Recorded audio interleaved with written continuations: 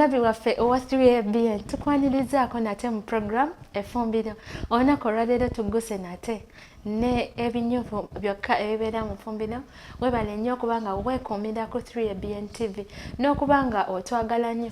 N'abo abeekuumira ku Avento Production ku YouTube channel yaffe tubatumirako nnyo. Mwebale nnyo okuba nga mutwagala, mwebale nnyo olwa comments ze mutuwa, mwebale nnyo olwa feedback gye mutuwa. Mukama abawe omukisa. Nate tewerabira nti tukujjukiza nti obulamu bwo kyolya kyoli oli ekyo kyolya. So kyova olaba tuleeta ebintu ebyenjawulo okulaba nga tukoze tutya okulya nga tetulya bintu bye tulowooza nti tulya bubi, naye nga tulya ebintu ebiwooma ate nga bituzaamu obulamu, ate nga tunyumirwa obulamu obuweereza Katonda. Mukama akuwa omukisa.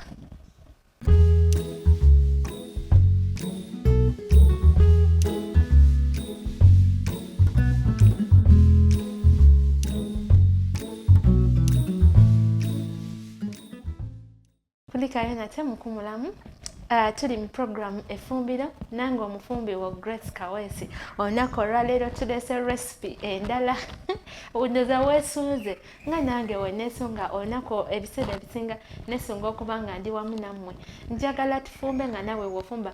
Njagala obeere nga nawe oyiga oyongera okunyumirwa effumbiro, oyongera okunyumirwa okwagala okufumba. Waliwo omulabi waffe eyatuwa feedback n'agamba bulijjo saagala kufumba naye program eno effumbiro enkoze bulungi, enjagazizza okufumba era enjigiriza okufumba. Mukama tumwebaza olw'ebintu ebyo. Olunaku olwaleero tugenda kukola gye bayita pumpkin mayonnaise.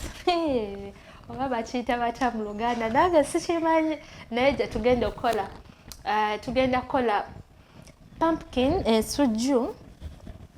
Tugenda gikola egenda beera nga soup naye nga obanga oliddeko ku mayo like testingamu we batyo. So olunaku olwaleero gye tugenda okukola era nga mu program yaffe ndoza olaba ebintu byaffe recipes tugenda okukozesa. Tugenda kubeeramu n'ensujju. Omulabi waffe ndoza olaba buli omu alina ensujju ewuwe mu maka ge asobola ogifuna. Ensujju zaffe zimera buli wamu. Mulimu ebibala Katonda bye yatuwa, ekimu ku byo ensujju oyinza n'ogisanga nga yeemezezza. So tugenda kukola ensujju. Oyinza obeerawo ng'ogamba ensujju kyekirala kye nnyinza ogikolamu, nnyinza girya ntya mu ngeri ey'enjawulo. Leero kyetugenda okuyiga ensujju esobola gikolamu kyekirala. So tugenda kubeera n'enniimu. Ogenda kwetaagamu eno recipe, tugenda kwetaaga enniimu zaffe 2. Tugenda kukozesa enniimu 2. Weziba nga teziriimu mazzi supu amala osobola okwongerako n'okozesa enniimu 3. Tugenda kwetaaga, tujja teekamu obutungulu bwaffe 2. Ojja kwetaaga tugenda teekamu garlic ensigo 2. Tugenda kujjako kuno ensigo 2 eza garlic. Tugenda kukozesa ekirala kye bayita coconut. Ekibala kino ekya coconut kirabika siri sure oba mu Uganda wano kirabika waliwo part gye bakisimba gye kiri, naye nga tusobola okisanga mu butale obw'enjawulo. Akatale akakuliraanyewo oyinza okuba nga gye kiri oba Nakasero oba Mwawina. Abantu abasinga eno gye njogera babeera bamanyiyo. Nakasero buli omu atera okuba nga amanyiyo. So bw'oba nga togisanze mu kataleko akakuli okumpi osobola ogisanga Nakasero. So mweno coconut tugenda kuggyamu amata ge tugenda okukozesa mu recipe yaffe eya pumpkin mayo. Then tugenda kukozesa oregano. Ekimu ku bintu bye tugenda oteekamu, tujja teekamu ku oregano, tujja teekamu, ojja kwetaaga omunnyo. Olunaku olwaleero tuzze ne table salt. Bulijjo tutera okukozesa Himalayan salt naye leero tugenda kukozesa guno. Nagwo guli very very healthy era ngurecommendinga abantu okuba nga bagukozesa. So ojja kwetaaga blender obviously kubanga blender egenda kuyamba okuba nga okola ki oblendinga ebintu bino. Tugenda kwetaaga ka turmeric, of course tujja kukozesa ne turmeric ekinzaali ekiganda. Tukozesaako katini. Mweno recipe tugenda kukozesa ne ku olive oil. So ojja kwetaaga olive oil mweno recipe yaffe. So obviously nga bulijjo amazzi tegabulamu mu bye tukozesa okufumba. Amazzi bulamu tugakozese bulijjo. Kasooke tuwumule tukomewo obutereevu n'okufumba kwaffe.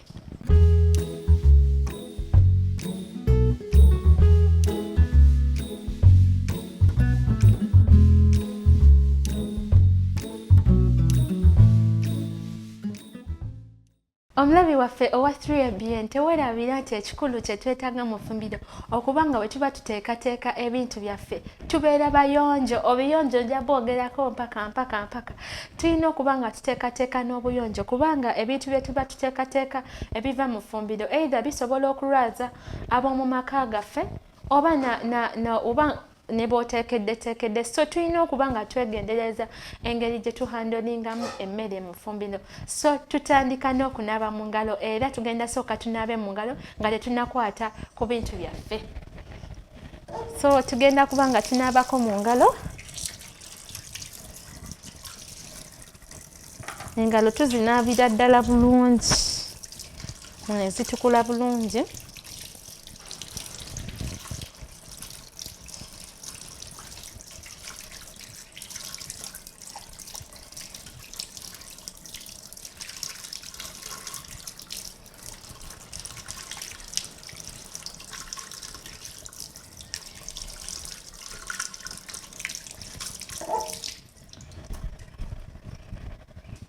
Kati omulabi waffe owa 3ABN ng'omaze okunaabako bulungi engalo tugenda otandika okufumba. Kati twetaaga ensujju yaffe ogiraba tugenda kuba nga tugisala. So eno ensujju gy'olaba enneene ekaluba, so osobola ottemako n'olaba. So ensujju yaffe ng'omaze osalako by'oyagala, ng'omaze ogisalaasala ogiggyeko byonna ebikuta. So obanga olina ensujju nga egonda osobola obutagyako kikuta, naye obanga ensujju ekaluba, kati eno gye nnyina ekaluba ngenda kuba nga nzijako ekikuta. So wamala okusala ensujju yo mu paatisi zonna z'oyagala, ensujju yaffe yiino kati tugenda kugyozaako tugisitiiminge.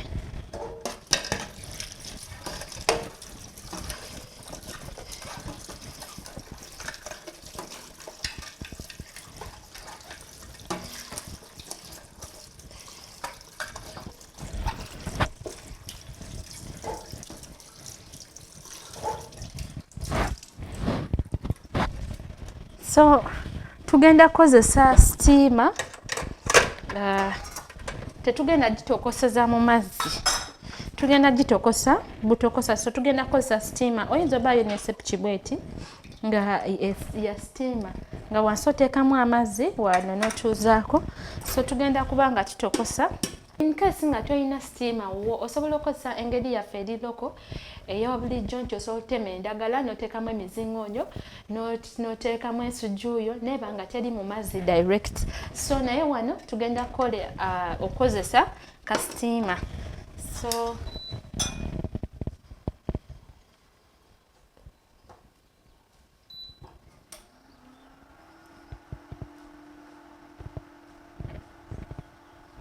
so nga tumaze okuteekako tugenda teekateeka coconut yaffe. Tugenda kuba nga tukuba amata nga ensujju yaffe bw'etokota, tugenda kuba nga tukuteekateeka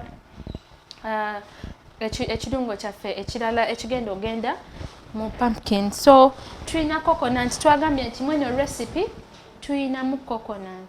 So tugenda banga tuteekateeka coconut waffe. Nagambye nti tujja kwetaaga blender kubanga coconut eno obanga tolina blender osobola okugratinga n'oteeka mu mazzi n'oggyamu amata, naye blender ekola bulungi. So tugenda kuteekateeka coconut yaffe.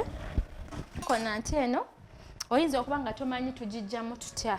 So njagala nkulage coconut eno ebeera n'amaaso sometimes 2 oba 3, naye 3. Kati mu maaso gano kubanga coconut eno ebeeramu amazzi, mu maaso gano wabeerawo eriisa erigonda.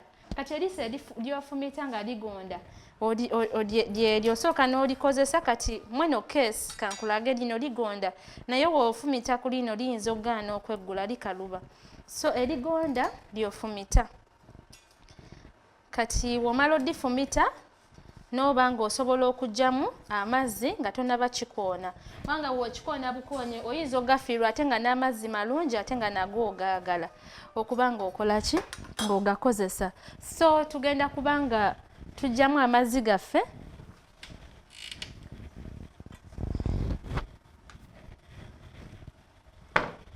ndoza olaba akatuli akazzeemu so kokonanti ebeeramu amazzi era ogenda ogalaba omulabi wa 3ABN osobola ogaggyamu oba osobola oteekamu akaseke n'oganywa so tugenda sooka tuggyemu amazzi tulyoke tugikoone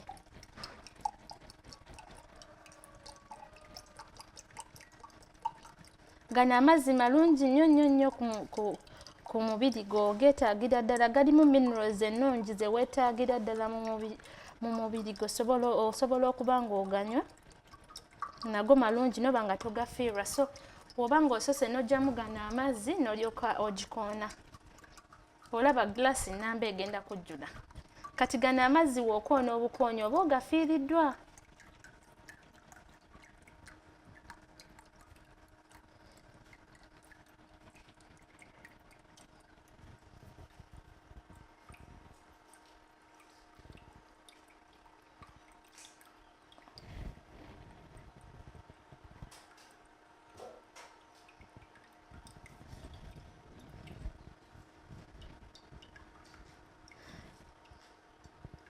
ndoza omulabi waffe olaba tufunye egilasi nnamba ey'amazzi gano amazzi oba ogafiiriddwa singa oba okonye bukonyi osobola obikoona ne gayiika so gilasi eno giraba ennamba ey'amazzi gano amazzi malungi nnyo kati woomala woba olina ejjinja osobola otwala ku jjinja n'okoona woba nga toyina jjinja nina wano ennyondo gye tugenda okukoonesa kubanga ekintu kino kikaluba weetaaga ekintu eky'amaanyi ekisobola okuba nga kikola ki tekigenda menyeka so n'okoona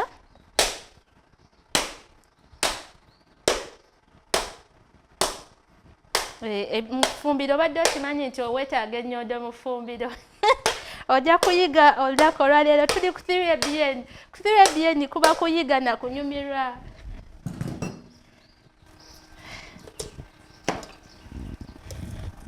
so womala ogikoona evaamu bweti so bino ebyomunda ebyeru bye tuggyamu ne tuba nga tubikolamu amata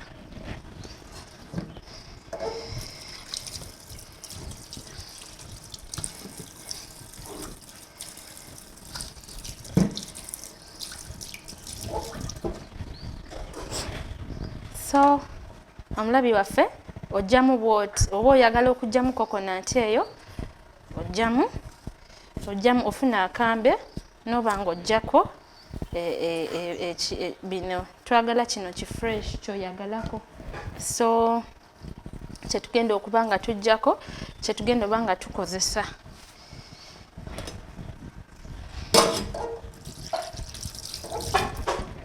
so ng'omaze okuggyamu ebintu byo bino byonna oba oyagala osobola owaatako kano akakuta oba osobola obutakawaatako kubanga era woblendinga wosengejja obanga bino oyagala obikozesa nga tebiri mu ka brown osobola owaatako akakuta naye olwokuba nga tugenda kukozesa amata gokka so ngenda kuba nga sikaggyako okuba nga tukekereza ku budde so kati ojoza bulungi nnyo ng'omaze ogiggyamu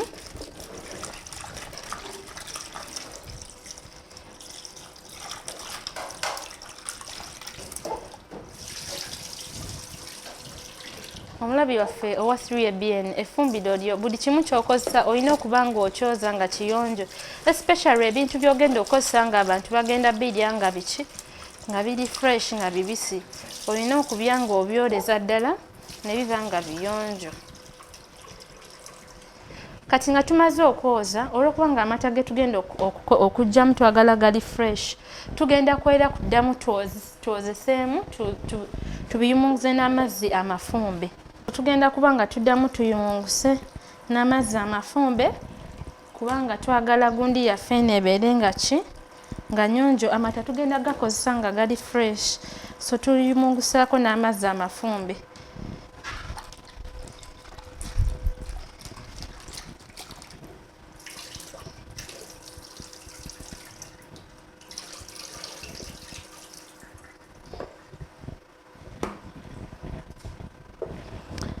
Kati ng'omaze okwoza ebintu byo nga bulungi,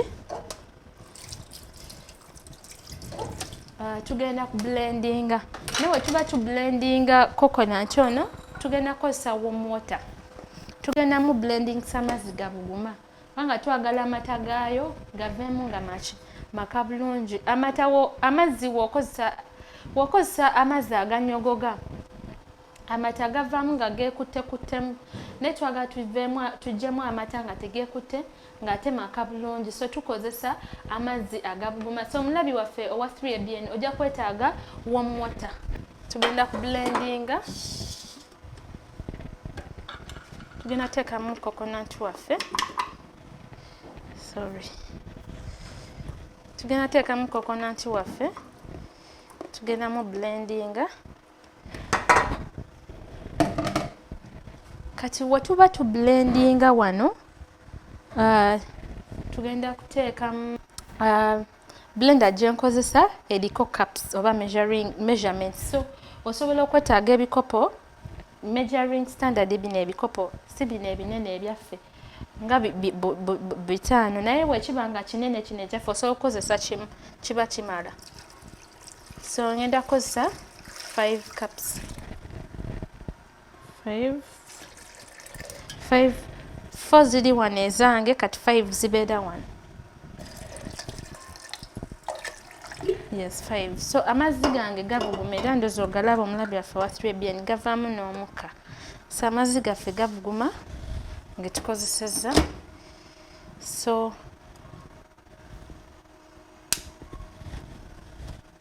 we are going to tugenda ku blend.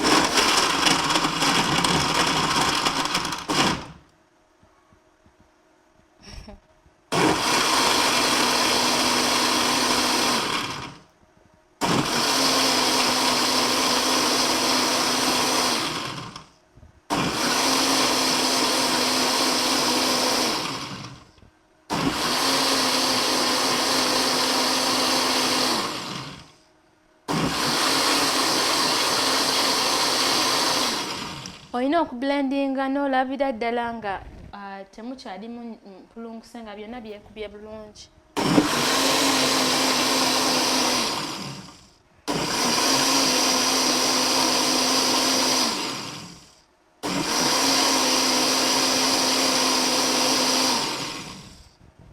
So osobola okuba nga okeberako, ofunayo kajiiko n'okeberako n'olaba oba ddala byokuba byekubye bulungi.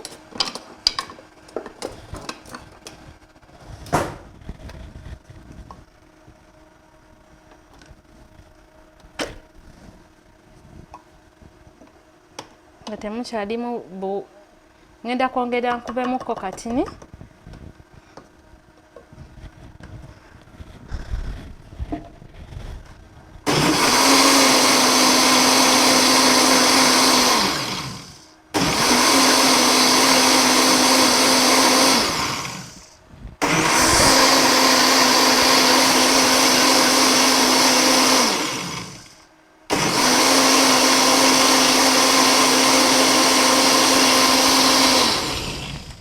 Yes, omulabi waffe owa 3ABN eno process wetugimala tugenda kuba nga tusengejja kuba twagalamu mata, naye nga wetumaze wano tugenda tegeka.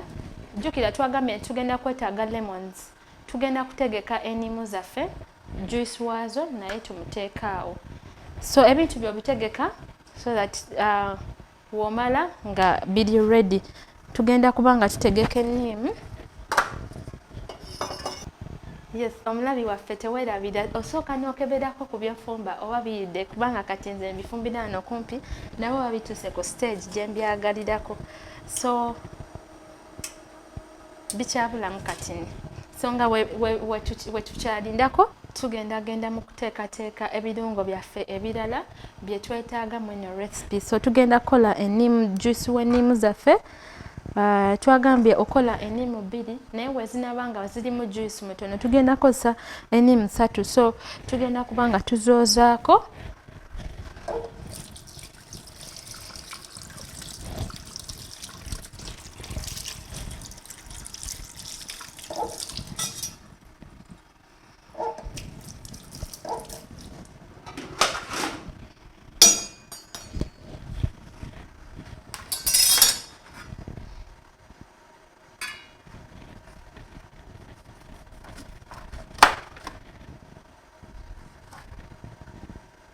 Wajjoke banjigiriza nti oba oyagala ennimu eno eveemu juice osobola ogikoonako oba osobola oginyiga bw'oti.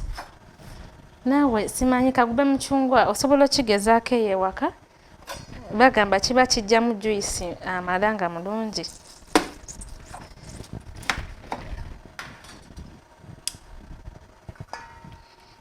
Oba olina obuntu buno bwe nagamba, obuntu obulungi obukuyambako okwanguya emirimu, osobola okuba nga obukozesa mu kiyungu kyo.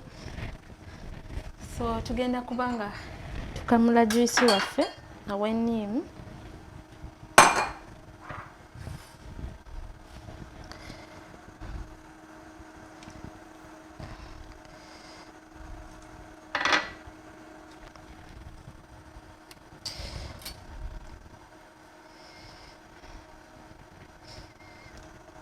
Tuli mu kukola nnimu. Ennimu eno eyamba ebintu bingi.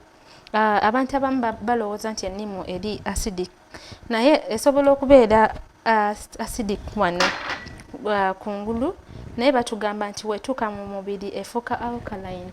Actually bannasayansi bagamba nti ennimu kye kintu kimu ekikyasinze okuyambako alkalizinga omubiri gwo oba system yo oba omusaayi gwo. So kirungi nnyo okubanga tugenda gikozesa mu eno recipe tugyetaaga, naye osobola n'ogikozesa. Ennimu eno batugamba nti osobola okuba nga oginywa ku makya mu mazzi ge agabuguma, okusobola okuba nga olongoosa omusaayi, ebicaafu byonna ebirimu n'ebintu by'oba wasuze walidde byonna. So osobola ogikozesa, tugikozesa mu bintu bingi, tugikozesa n'okudressinga salads. It's a good, mu kifo ky'okozesa vinegar osobola okukozesa ennimu. Ennimu eno nnungi okubanga efuula omubiri gwaffe okubanga alkaline. Ate nga batugamba nti omubiri obanga omusaayi gwo guli alkaline, obanga oziiza endwadde zonna ezisinga oba ozeegobako. So tusobola tukozesa ebintu ebirungi ebiri healthy mu program efumbiro ebituyamba okuba abalamu. So juice w'ennimu yaffe yono ajja tumala. Tugenda kukozesa mu eno recipe katukozese ennimu 2. So ng'omaze okukamula, tumaze oteekateeka juice waffe, osobola okunywako ku tuzzi tewajja mu coconut. Twagambye nti tuzzi tuli tulungi nnyo, tuli healthy, nga bw'ofumba nga naawe weerongoosa. Tuzzi twa mulembe nnyo. Omulabi waffe owa 3ABN efumbiro libeeramu birungi byerere.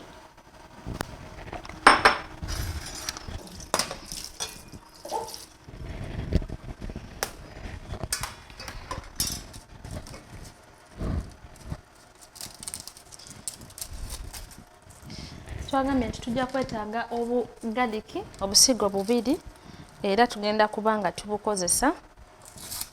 Obusigo 2, empeke 2 eza galiki. Ojja kulaba we tunaaziblendingira. Yes, ojja olaba we tunaaziblendingira. So buli kimu tugenda kitegeka kibeere nga kiri ready.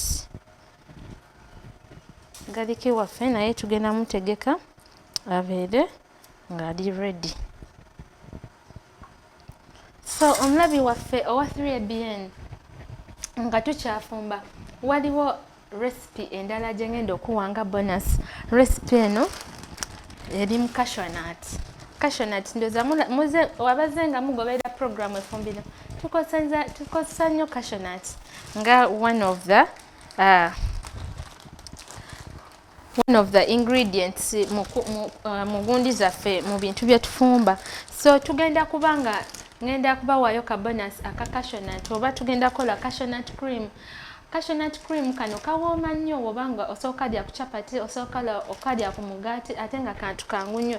So tugenda kwetaaga osookingayo cashewnut nga butini.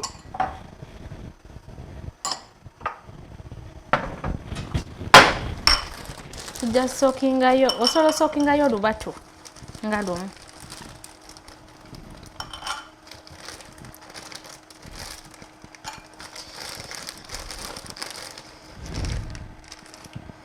Kisinziira abantu oba nga gwe wekka, kisinziira abantu b'oli mu kakolera benkana ki. So tugenda sookingayo bwe buti, bujja kuba nga butumala. Tugenda busookinga mu mazzi amafumbe. Osobola n'obusookinga mu mazzi agabugumu, osobola okusookinga amangu. So tugenda busookinga, tugenda bukozesa, ojja bulaba wa we tunaabukozeseza. Kati nga tumaze okuteekateeka ebintu byaffe bye twetaaga, tugenda kubanga tukola ebintu byaffe bye twetaaga.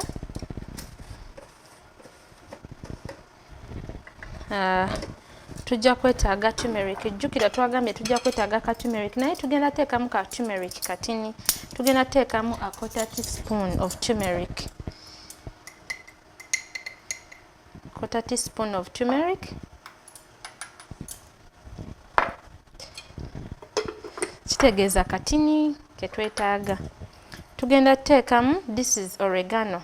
So tugenda teekamu, era we shall put a half teaspoon of oregano.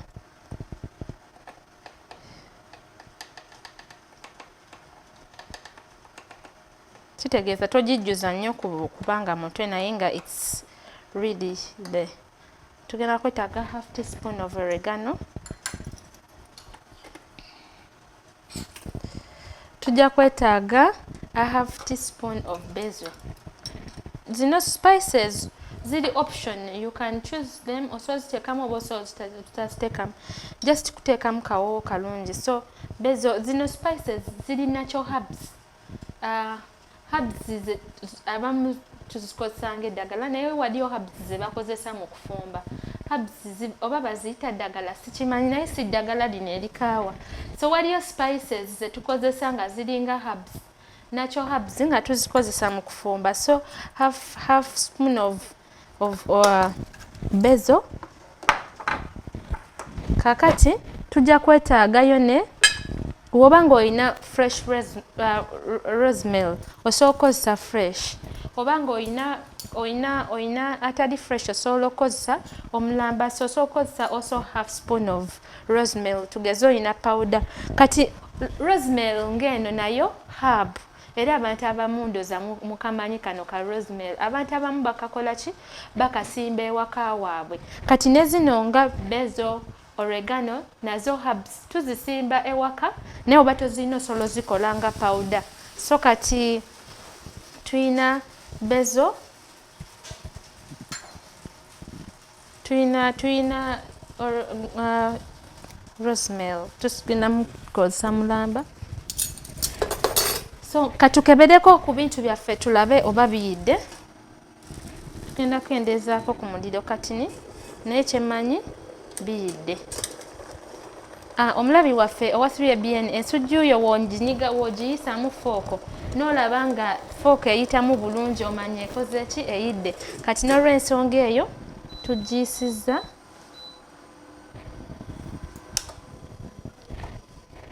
Tugenda kudda ku process eddako gye twagambye. Olw'okubanga tetwagala gireka mu kutokoteramu gali amazzi, twagala egira ng'ewolaawolako.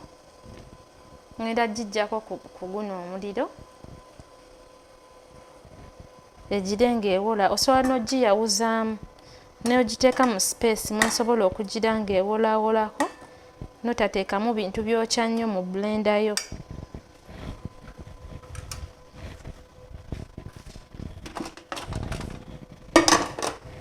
So omulabi waffe owa 3ABN, tugenda mu kusengejja amata gaffe. Process eddako tugenda sengejja mata. Ngenda sooka nziremu nga kubemu katini.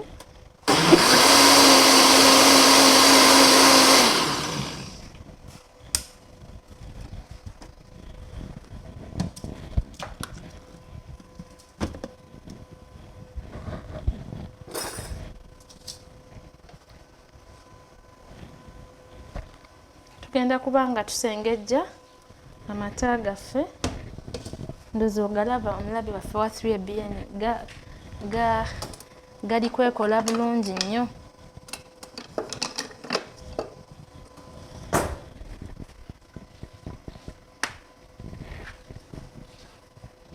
Ate bineeno bye tusengejja tobisuula bikyasobola okukola. Osobola obifumbisa mu nva, osobola obiteeka mu kijanjaalo ne kiwooma.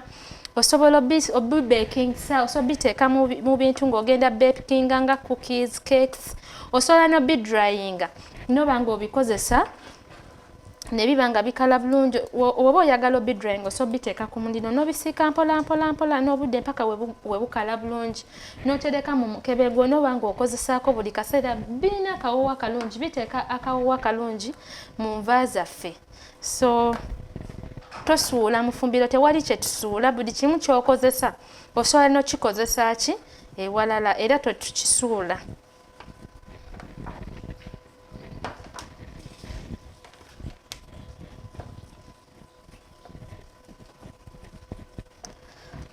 Tugenda kubanga tujjamu twongeremu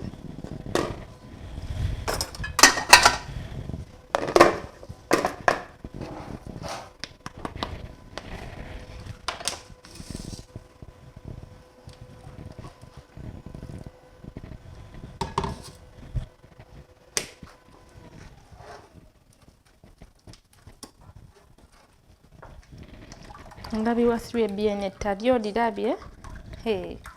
Lyeryo lika bulungi. Amata gano osobola okugakozesa mu baking, osobola okugakozesa ice cream. Amata ga coconut malungi nnyo nti tugakozesa buli wamu. Tujja kuleetera recipe ya ice cream nga tukozesa gano amata gonna gennyini. Amata gano eno waliwo ekyokunywa oba ogenze tugeze nga mu cafe Javas bakiyita pina colada. Osobola okukozesa coconut milk ono n'okola pina colada n'oba nga tomugula buguzi eri mu cafe naye ng'osobola omwekolera ewaka. Byonna tugenda bikuleetera mu programu Effumbiro. Beera ng'otambula wamu naffe okubanga ne oyiga wamu naffe.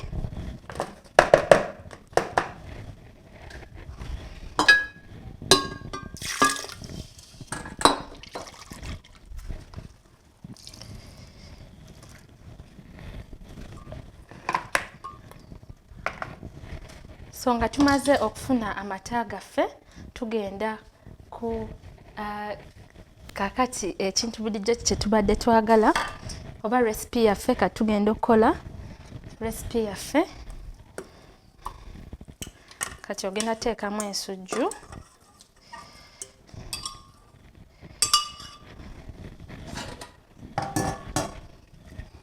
osobola okukola gundi eno okusinziira ku bungi bw'abantu b'oyina.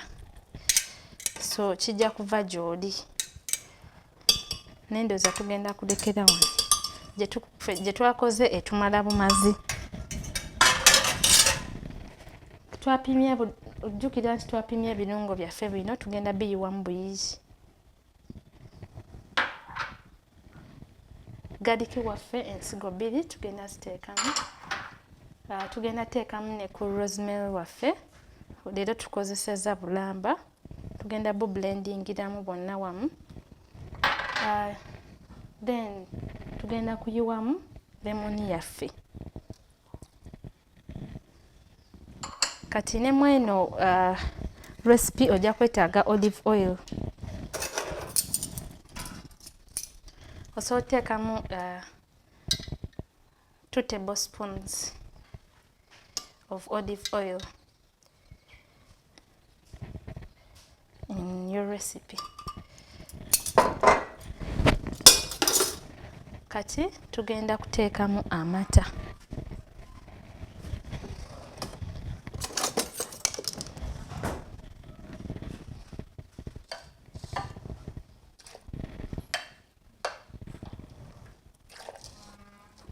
amata gonna sigenda gayiwamu, gayinza oba mangi. Ngenda kuba nga nkola ki nga nja kuba nyongeramu okusinziira ku thickness gye njagala. So ngenda kuba nsooka nteekemu matini blending, mba nyongeramu okusinziira ku thickness gye naaba nkola ki njagadde.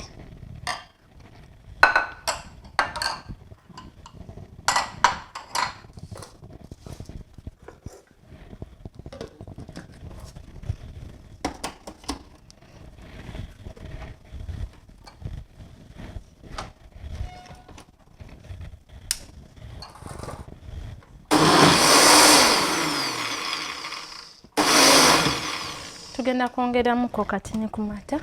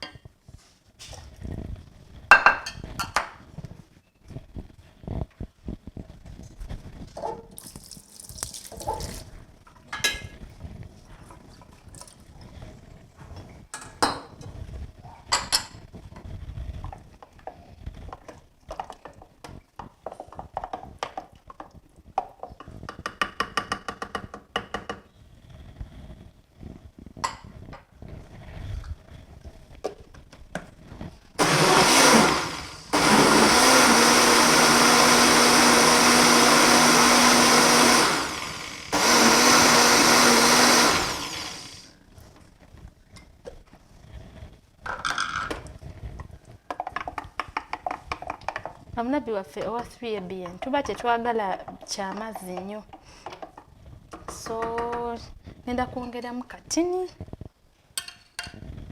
ku mata.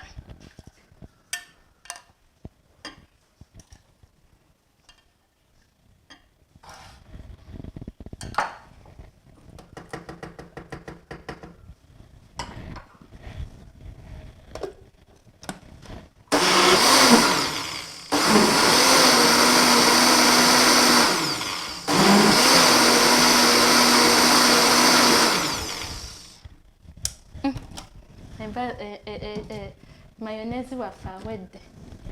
It is ready to be eaten. Mulungi nnyo nnyo bw'ati kati ali ready. Buli ebirimu byonna biri fresh ate birungi. Osobola mufumbako, osobola mukozesa kati nga bw'ati ng'ali very nice.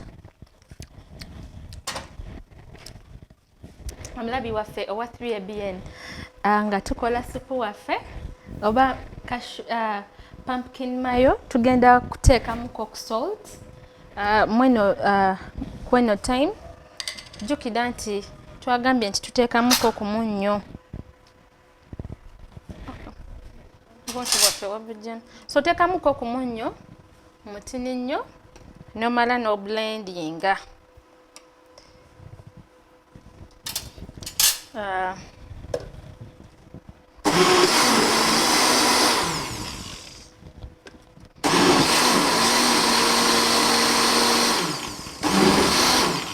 So ng'omaze jjukira twagambye nti tulina ka bonus ke tugenda okuba nga tubawa. Tugenda kuba nga tukola ka bonus kaffe. Twagambye nti no mukano ka cashew nut cream tujja kwetaaga cashew nuts. Jjukira twazisookinze luli, so cashew nuts zaffe zino zennyini ze tusookinze ze tugenda okuba nga tukola.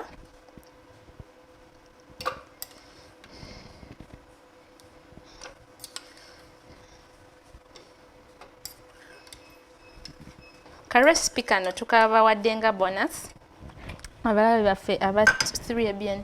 Tugenda kwetaaga enniimu ne mweno recipe, naye enniimu eno tugenda kusooka tugisaleko akakuta. Akakuta tugenda keetaagamu mu gundi yaffe. Tugenda kateekamu mu cream waffe. So oba wajjozezza dda bulungi. So teekamuko akakuta nga si kangi kubanga biyinza okukaawa. So womala noteekamu ne juice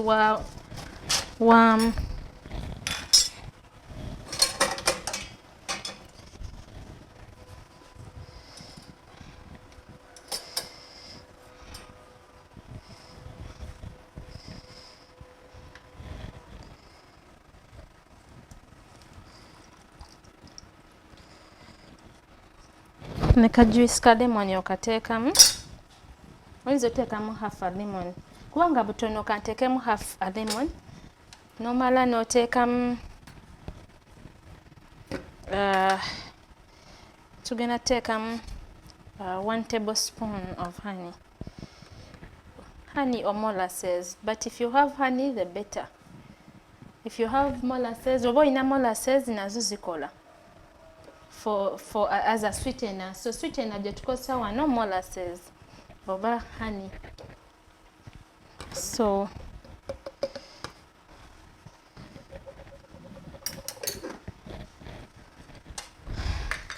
nomala no blending.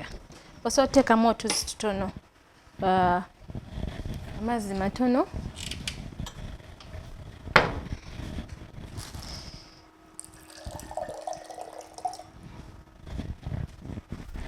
Tugenda teekamu amazzi matono nga a quarter glass. Kubanga tumwagala nga ali thick. It's a cream. So toteekamu mazzi mangi.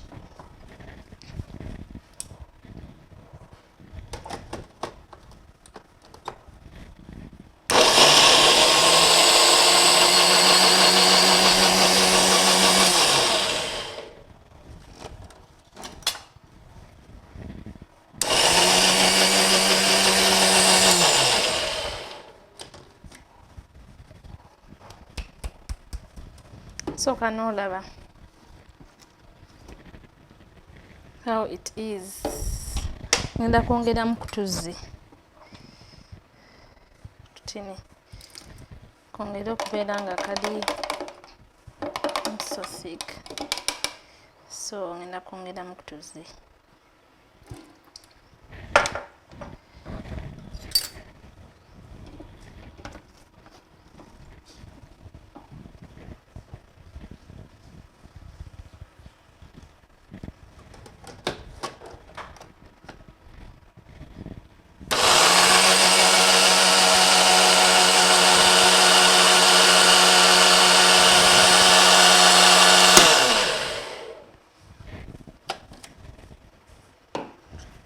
Omulabi waffe owasibye bien ng'omaze okukola aka cream ko.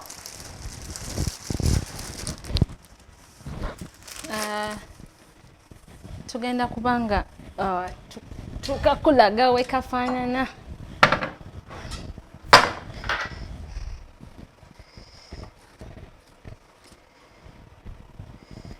Ke kukawomera osooka ddira ku chapati, osobola okkalira ku mugaati, osooka kozesanga osooka siga ku mugaati. It's really very nice. Osobola okukatryingako ewaka, kagezeeko ewaka ojja kuba oŋŋamba. So teekano kabonasi ke twabadde tugambye. So essaawa etuuse ey'okuba nga tusavinga bye tuteeseteese olunaku olwaleero. Tugenda kuba nga tusavinga supu waffe.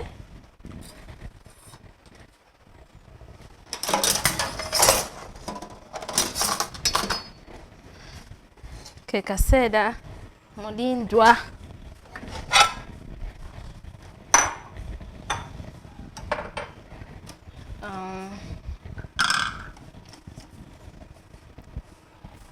Supu waffe yuno nga yeekoze bulungi nnyo, oba tumuyite pumpkin mayo nga bwe twamuyise.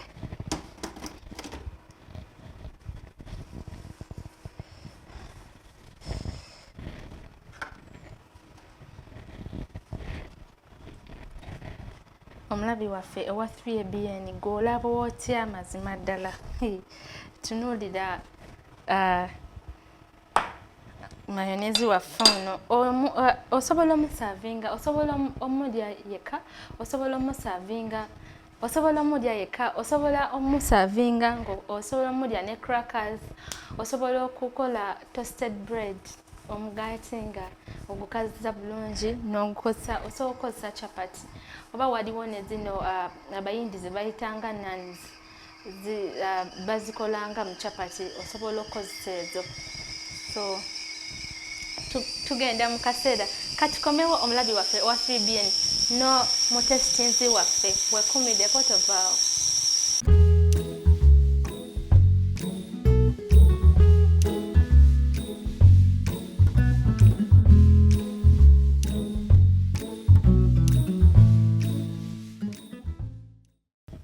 Omulabi waffe owa 3ABN tukomyewo nate nga bwe twakusuubiza nti buli bwe tunaafumba nga tujja kubeeranga n'omuntu atesitinga oba alooza ku bintu bye tuba tufumbye okulaba tubifumbye biri bitya biwooma kubanga nze ng'omufumbi nyinza okulowooza nti kyenfumba kirungi n'ekirungi ne tubaako n'omuntu omulala ow'enjawulo atubuulira nti mazima ddala ekintu kyekyo. Era olunaku olwaleero tulina omugenyi ow'enjawulo wano ku 3ABN TV. Omugenyi waffe tukwanirizaako mu program Effumbiro. Neyanziza nnyo. Yes. Mukyazaako mu program yammwe. Amina. Chief Tester waleero. Amina. Twakugamba gwe omulabi waffe wa 3ABN ng'oli eyo nga naawe oyagala okuba ng'otestinga tugambe bugambi tujja kuba tukwaniriza. Yes, amanya gaffe. Erinnya eryange nze Nakazi Margaret. Yes, Maggie tukwaniriza webale kubanga ozze ku 3ABN TV. Weewaawo, so olunaku olwaleero tufumbye kye twayise pumpkin mayo. Ndooza woba okiraba gw'omulaba otya supu ono? Nkiraba kirabika bulungi nnyo. Okyesunze? Kyesunze okitestinga. Weewaawo, so omulabi waffe owa 3ABN ozze ng'otambula watandise engeri gye twamukoze so ke kaseera kagenda okuba ng'atestinga.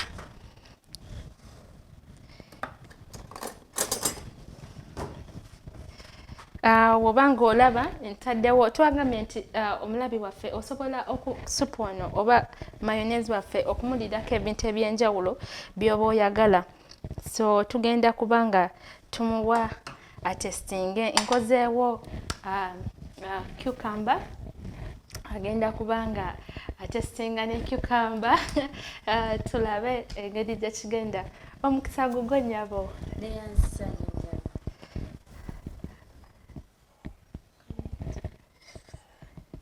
Chief Tester atandise. Wow, it is yummy. Wow, thank you. Mukama tuweebaza. Owulira obuwoomi omulabi waffe ali ku TV. Ebintu bino bijja kola amakulu nga naawe obigezezzaako. Yaminensi eyo naawe n'ogitestinga n'ogiwulira nti ddala is it really yummy. Kasupu kano okalaba ota? Osobola okukarekomendingira omuntu oba naawe n'okakola ewuwo n'abaana bo? Kasupu kalungi nnyo nnyo nnyo nnyo. Era nkubiriza bonna abatulaba mukagezeeko ewammwe. Weewaawo. Kale omulabi waffe webale kubanga weekumidde. Waliwo ne ke twakoze nako osobola okukatestingako. Omulabi waffe nako n'akalaba. Osobola okukatestingako obudde. Tusobola okakola ne tukaliira oba ku mugaati n'okasiiga ku mugaati or anything. Nako kalungi. Testingirako omulabi waffe omugambe kali katya. Ne kano kankatestinge.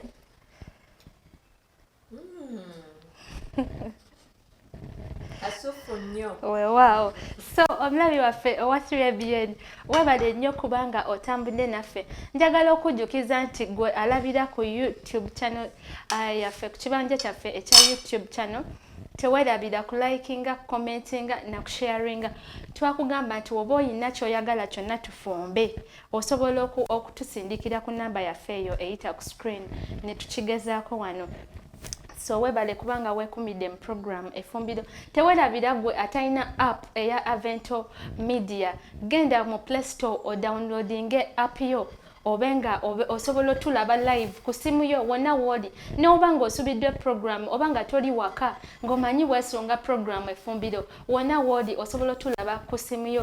Genda mu Play Store teekamu ekigambo Avento Media o downloadinge app yo. Eyina ebintu bingi, eyina podcast osobola okuba ng'owuliriza nga we omwoyo gwo oguza bujja na ebintu ebyenjawulo. Kuliko radio, kuliko TV, kuliko 3ABN channels ez'enjawulo, kuliko TV ey'abaana 3ABN channel ey'abaana osobola okuba ng'oterako abaana bo. So nkukubiriza genda ofune app yo. Webale kuba mulabi mulungi okuva we twatandikidde wonna. Mukama akuwa omukisa. Bye bye.